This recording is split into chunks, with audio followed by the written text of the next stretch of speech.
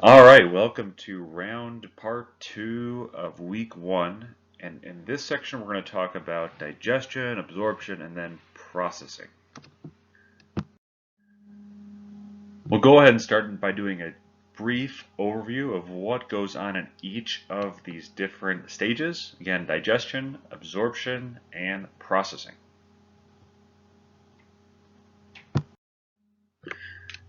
The goal of food from a nutritional standpoint is to break down food into nutrients that we can use. So carbohydrates, we're going to break that down into sugar that can be used for energy. Protein is broken down into amino acids, which will be built back up as protein in our muscle and in our tissues.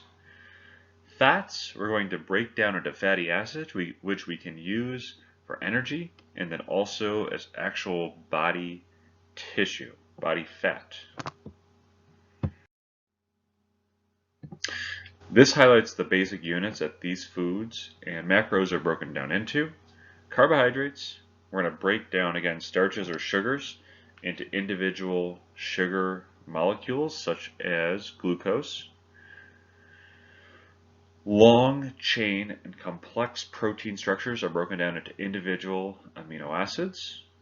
And then fats, we're going to break them down into glycerol molecules and individual fatty acid chains. And that right there, that's the process of digestion.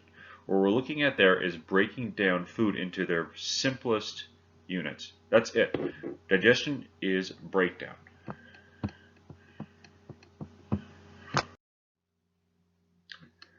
So take some time to consider this. What is the digestive fate of trail mix? From a digestive standpoint, what happens when we eat trail mix? So think about this. With the M&Ms, we have fat and we have sugar. With the peanuts, we have protein and a little bit of carbs, but mostly protein and fat. And then if we have dried fruit like raisins, that's going to be pretty much carbohydrates. So when we break that down and we eat it, what does that break down into? Take a couple minutes just to think about that. And feel free to pause this if you need to. There are two different ways that we can break down food or digest food, chemically or mechanically.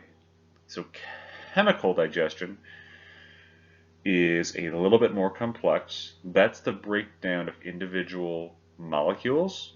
So the breakdown of starch into sugar, or long sugar molecules into individual sugar molecules. But this generally is going to occur on a microscopic level, and it often requires enzymes. Mechanical digestion, that's a little bit more obvious. When we're chewing food, we're breaking it apart. When we're digesting food, there's going to be a process called segmentation that's actually breaking it apart. There's no actual chemicals that are involved in mechanical digestion. It's just the actual physical ripping apart or breaking apart of food. Again, with digestion, we're just talking about the breakdown of nutrients, and digestion is going to occur in the mouth, esophagus, and small intestine.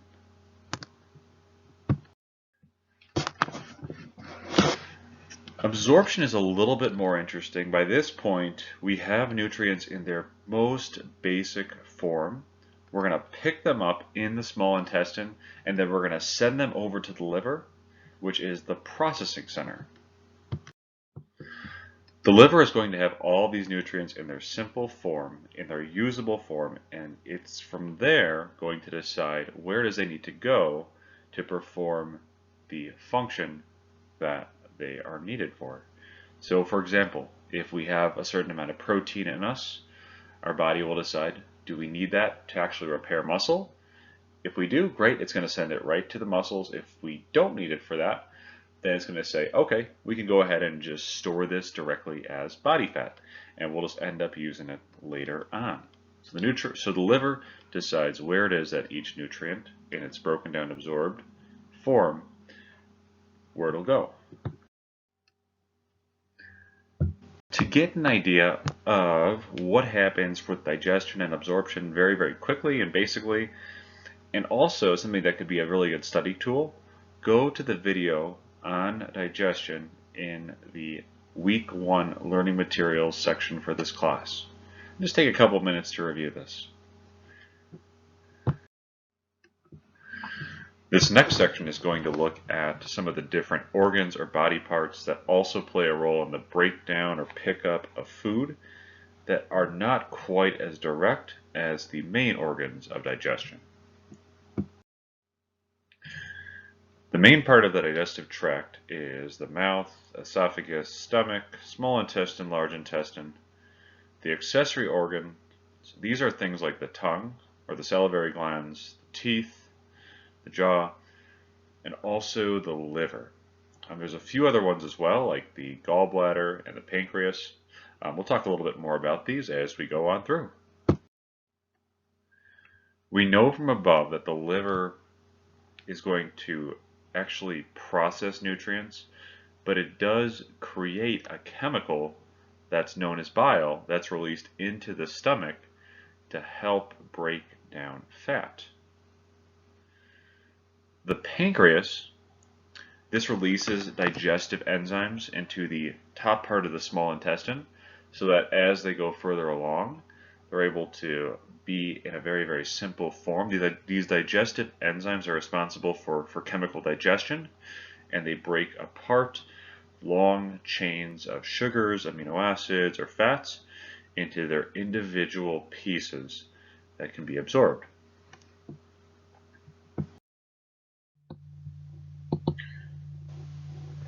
We talked about the pancreatic enzymes on the last slide, and what the enzymes are going to do, the pancreatic enzymes specifically, the enzymes that are involved in digestion, is they're going to create a chemical reaction that occurs that separates long chains of larger molecules. So for example, for carbohydrates, when we eat them, especially the starches, we're going to have very long units of sugar molecules. There's going to be some breakdown of these molecules that's going to occur from chewing and movement throughout our GI tract, but the breakdown of the individual bonds between each individual sugar unit that connects one another is going to be done by enzymes.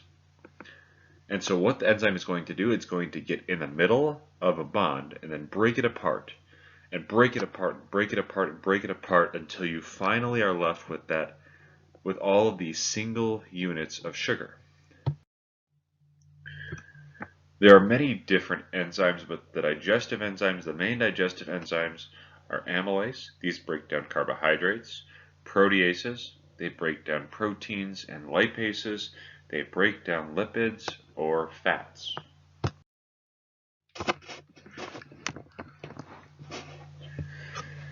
If you look at the GI tract, it is not a top to bottom completely structure. Generally, food is going to move from the higher parts of our body to the lower parts of our body, but especially when we get into the areas of the intestine, small intestine, large intestine, there's going to be some upwards movement, some sideways movement, not just that downwards movement. So the way that this happens, there's some there's some mechanical movement inside of our digestive organs that's going to cause food to move a certain way. And this movement is called peristalsis. It's a wave-like contraction that pushes things through our GI tract. This same type of movement, this wave-like contraction, is also going to break down foods. It's going to pinch foods in the middle of them, break them apart into individual segments. Segmentation. If you go to the Week 1 learning materials, there is a brief video, it's less than a minute, a brief video that highlights segmentation and peristalsis. Again, this is the movement that pushes food throughout our GI tract.